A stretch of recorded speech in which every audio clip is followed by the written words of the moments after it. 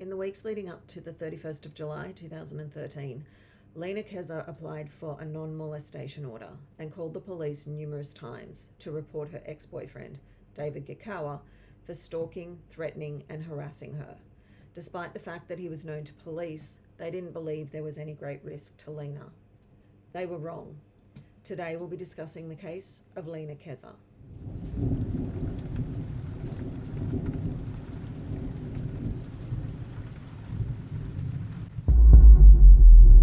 Hello my lovelies, how is everyone today? I hope you are all well. Before we get into the case, I just want to run through the disclaimer. We discuss true crime cases involving domestic abuse and domestic homicide on this channel. Everything I present here is just information that I found online and my own opinions. So please always do your own research and form your own conclusions. If you find this content valuable, I hope you consider hitting those like and subscribe buttons because it helps to push these videos out to more people, and by doing so together we can spread awareness of the warning signs of domestic abuse that people may otherwise overlook. That is ultimately why I cover these cases. So with all that being said, let's get into it. Today's case is that of Linah Keza. Linah was born in Rwanda into a loving family. Her father is a reverend and he raised his children in the Christian faith. He also made sure that the girls were as well educated as the boys, even though it wasn't typical in the area they lived. This inclination to uplift their neighbourhood rubbed off on Linah. She followed her brother Ivan to the UK in 2007 to study social work.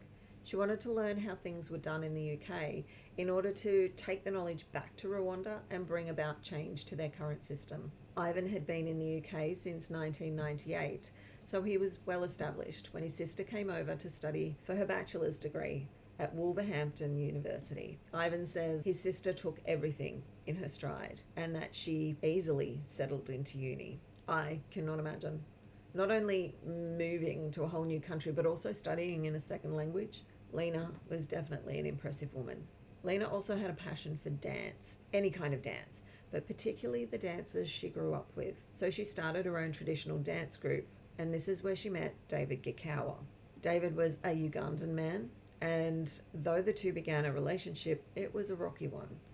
It was very on and off, and it wasn't unusual for the police to be called to their home. Linah was still studying at this time, and she'd also begun modelling. She entered the Miss Africa competition, and according to Ivan, it had started out as a joke, but she ended up going with it, taking it in stride like she did everything else. In 2010, the relationship was breaking down. Linah graduated university and was feeling uneasy, being financially dependent on David. He was using the situation against her, but it wasn't only financial abuse David was wielding. He had started getting physically violent as well. Linah confided in her brother Ivan, but asked him to wait and give it some time when Ivan had wanted to confront David. On top of all this, Linah had found out she was pregnant. With her Christian upbringing, there would have been added pressure, even if it were only self-imposed, to ensure things with David worked out. Linah kept the pregnancy quiet, and after she graduated, she moved with David to London, which only served to further isolate her. This allowed her to keep the pregnancy concealed from her brother Ivan until she was in her 8th month. However, when she did tell her family, they were all really supportive. With the move to London, the abuse ramped up on all fronts: financial, emotional, verbal, and physical. Their little girl was born in September of 2010, and the violence did not stop. Ivan did end up confronting David, telling him he knew what he was doing, and it needed to stop, that it was wrong. Yet Linah continued to try to make the relationship work. In 2011, the police were called when Ivan attempted to strangle Linah. He was released without charge. He also tried to suffocate her with a pillow, as well as hitting her.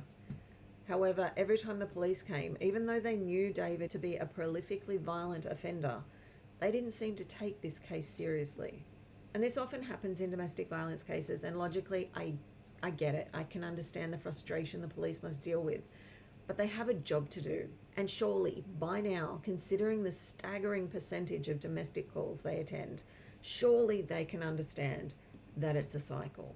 I just want to take a quick moment to discuss the cycle of abuse or the cycle of violence. This cycle is a 4-stage pattern that abusive behaviour quite often takes. An abuser might cycle through these 4 stages in anywhere from a few hours or up to a year or more. The cycle of abuse suggests that there are 4 phases. There are 4 phases of abusive behavior. The first phase is the tension building phase, and this creates fear in the victim. This tension might come from stress related to everyday events like work, family conflict, or financial problems. It could also come from bigger events like illness or catastrophic events. It's important to note that the abuser is just using these events as an excuse to justify their actions. The second phase is the incident, and this might be the abuser lashing out with physical, verbal, emotional, or psychological abuse.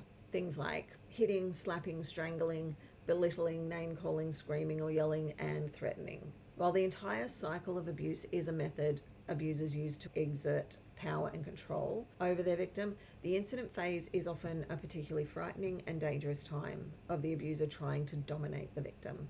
The third phase is reconciliation. This is really just the excuse stage.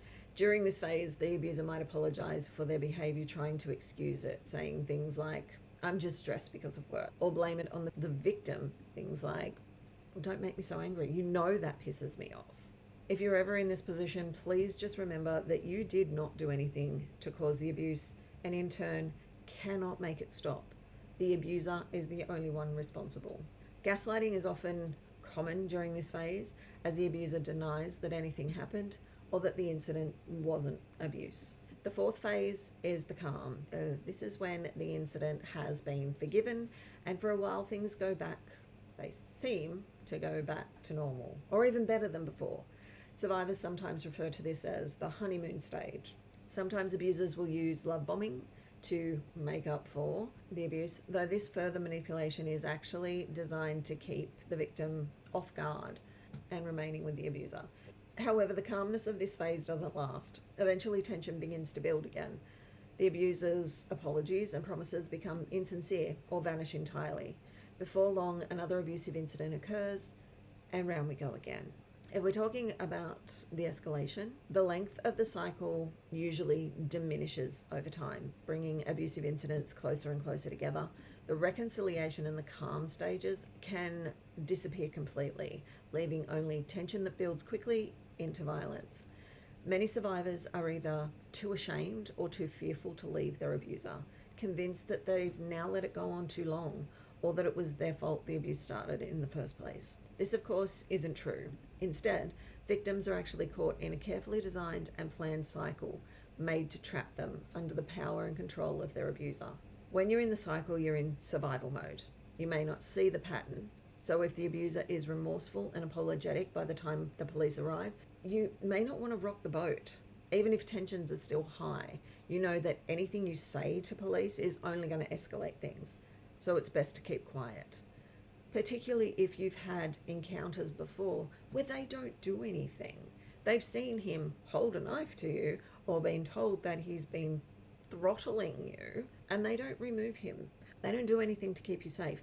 You know that once they walk out of there, things are going to ramp up again. So it's easier. It's best to just keep quiet. All you want is a reprieve. And when it's someone that you love, you want to believe them when they say that it won't happen again. This is where training in DV awareness in officers is so crucial. Taking the victim aside and calmly pointing out the way the cycle works, or arranging a time for a liaison to touch base and go through it without expectation for the victim to do anything about it then and there, may just give them enough insight to come to the realization that yes, this is abuse, and no, it won't stop. People in DV situations often have no autonomy. They are being controlled in so many aspects of their lives. The last thing they want is for someone to come in and force or decide things for them. This often achieves the opposite result than what's hoped for, causing police more frustration. So while arresting or removing a violent partner is a sound strategy when required, there has to be a second phase around educating and supporting the victim. Sorry, that was a little more long-winded than I was going for. I am sorry about that. I'll step down from my soapbox now. So, a month after the attempted strangulation incident, the police were called again. This time, David was threatening to kill Linah while he had a knife in her mouth. And again, he was not charged. By this stage, Linah's family and friends were warning her and telling her that they feared for her life. David's whole persona was threatening and menacing. Even when he wasn't physically harming her, he was intimidating by yelling and slamming around the house constantly. In 2012, Linah took their baby and left. She got herself a flat, but David followed and manipulated his way back in. He just basically acted like they were still a couple. He hadn't changed his ways though. The violence continued. While they were out one night at a club, David grabbed her by the neck and threw her in the car to take her home. Her friends saw this, so they called the police. The police arrived to find Linah on the floor with David on top of her with a knife that he was striking down around her face as she struggled to move her head out of the way of the strikes. This time the police actually detained him for the night. He was just escalating. Linah told police that he was abusive, violent, stalking her, and that he had threatened to kill her. And one quick tangent, and I promise it was really quick, I promise. Domestic violence victims who have been strangled, choked, held against the wall by their throat, or grabbed in the throat or lower face region by their partner are 7 times more likely to be killed by them. Linah had been held down with a pillow over her face, strangled, and grabbed by her neck. All of this had been relayed to the police. This was a dangerous man, and they had all the information telling them so. Also, death from strangulation can occur days or weeks after an attack from carotid artery dissection, blood clots, or stroke. It's important to advocate for CT and MRI scans of the neck and brain. Some medical professionals may be reluctant to order extra imaging for a patient with no visible injury, while at the same time, 50% of fatal strangulations had no physical signs. So please, if someone you know ever says their partner strangled, choked, or otherwise grabbed at their neck, please let them know that this is the reddest of red flags and try to find a suitable service for them to talk to. Okay, I promised quick, so I'm done. At the end of 2012, Linah flew to Africa to see her sister. She told her sister all that had been happening and confided that she was planning to leave David. Now, if you've ever been in an abusive relationship, you know it's not easy to leave. It generally takes an average of 7 times to leave for good. Linah attempted to get him out of the flat that she'd moved to the first time she tried to get away from him, but he wouldn't go. So she told him it was over and she left again. Linah moved away to Leighton in May of 2013, but he tracked her down, and by July, he was stalking her. He kept coming around to her home. Now, he was constantly outside her window. Linah met with a solicitor to get an injunction for a non-molestation order. She made a statement at this time outlining all that she'd been subjected to at David's hands. However, the injunction was never filed. On the 23rd of July, David came around to Linah's flat, threatening her with a knife, telling her he would kill anyone who dared to come near her. Linah texted her friend in Uganda to call the UK police. When police arrived, they assessed the situation as standard risk, which is the lowest on their scale. Linah called the police again the following day on the 24th, and this, by their own protocols, should have prompted them to look back to see if there had been any previous incidents. It obviously didn't happen the first call out the day before when they came out to her new flat, and we might be able to give a pass, saying she was in a new area, so prior call outs might have been logged in another jurisdiction. That shouldn't be an excuse in this day and age of computers, but benefit of the doubt. However, 2 call outs in 2 days from the same department, there's certainly no excuse for that. All the signs were there and no one did anything. On the 28th, Linah called the police 3 times because David was outside her flat. She told them, quote, "He's outside my flat. He has a knife and he has already slashed my friend's tires. I'm so scared I can't breathe," end quote. Finally, at 1 a.m., 2 police constables arrived. Linah had tape recordings of David threatening her, but the police weren't interested because they weren't in English. They didn't take any of her friends' details who had been there and had witnessed the abuse. They left after assessing the incident as medium risk, despite the fact that they'd been called out so many times over the previous week. The police told David to contact them if he wanted to see his daughter or needed to go over to Linah's for any reason. On the 30th, after attempting to contact Linah numerous times and not getting any response, because even if the police aren't doing the right things, Linah is, she's not engaging, He calls the police saying he wanted to go pick up his belongings from Linah's place. Yeah, Linah's place, where he never lived. Police, as we all know, have protocols in place for these situations too. At this time, they should have carried out a check on his record, going back 2 years. But again, this didn't happen. They didn't even contact Linah to give her the heads up or give her a choice in the matter. No, what did happen was the officer said, "We don't have any officers available to go with you right now. Why don't you just go along? I'm sure it'll be fine." Then he closed the file. If that officer had looked David up that day, they would have seen that there were 26 hits on his record, that he carried a knife, and that he was violent and dangerous. These were only the incidents that the police knew of, but they didn't even bother to look. And what transpired was far from fine. At around 4 a.m. on the 31st of July, 2013, David made entry into Linah's home, where she and her daughter slept. David grabbed Linah by the throat, causing Linah to scream in terror, and this woke her neighbour.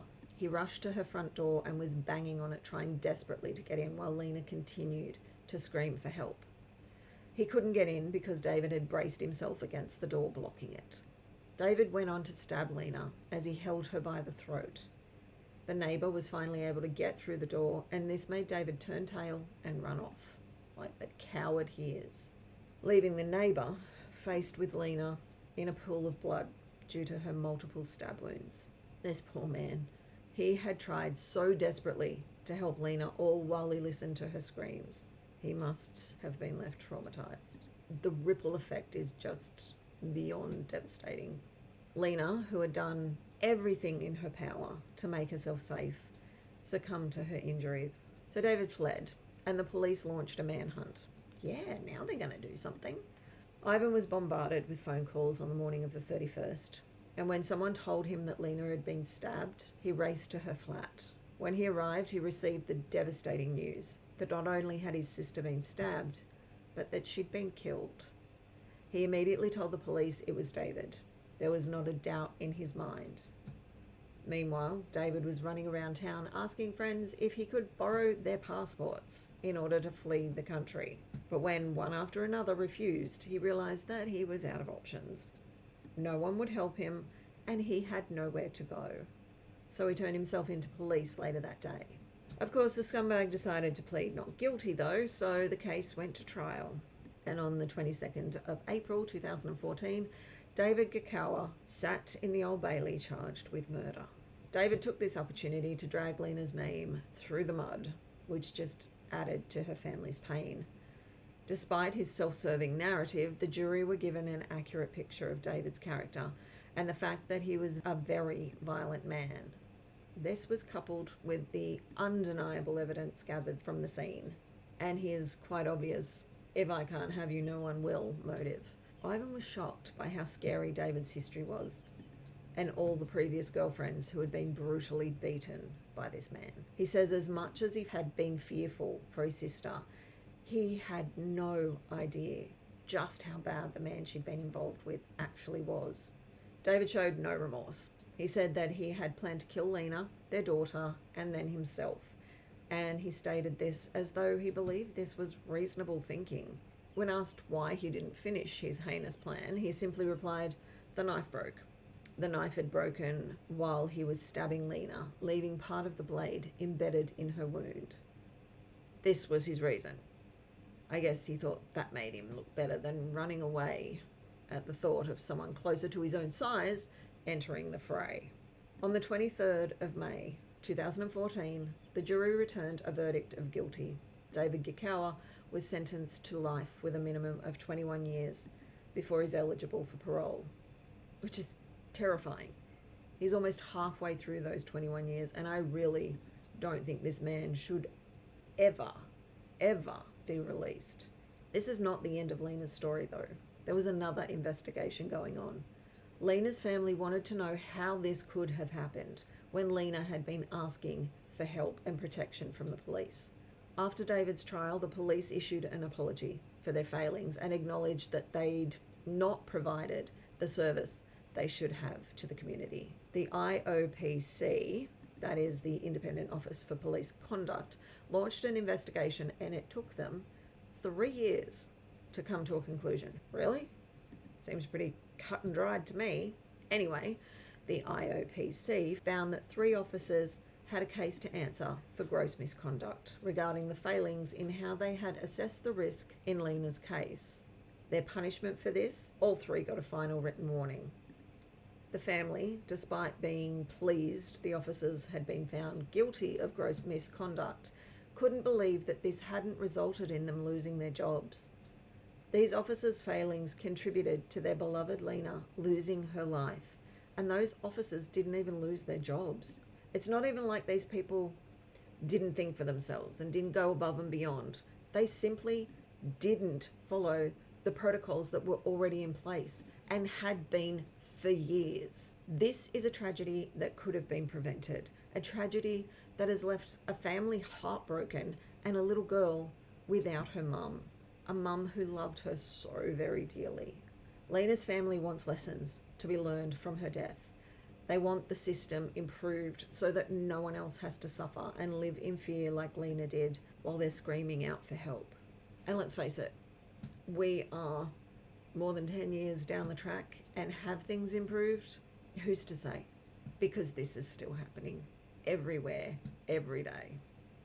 So all we can do is keep educating, keep talking about it, keep trying to make people understand that there's a pattern to this. It's an easy formula. If this happens, this happens, this happens, there's danger afoot. It's not that hard. And even if he wasn't going to kill her, what's the worst that's going to happen? She gets away from a relationship she doesn't want to be in. Help people. It's not difficult. But that is all I have for you today, my little chicken nuggets. If you are finding this content valuable, please do all the things like, subscribe, share, and please leave your thoughts about this case in the comments box below. As always, there's a list of resources below if the content of this case has raised any concerns for you regarding your own relationship or that of a loved one. Thanks for being here, and until next time, please take care of yourselves and be kind to one another. Bye.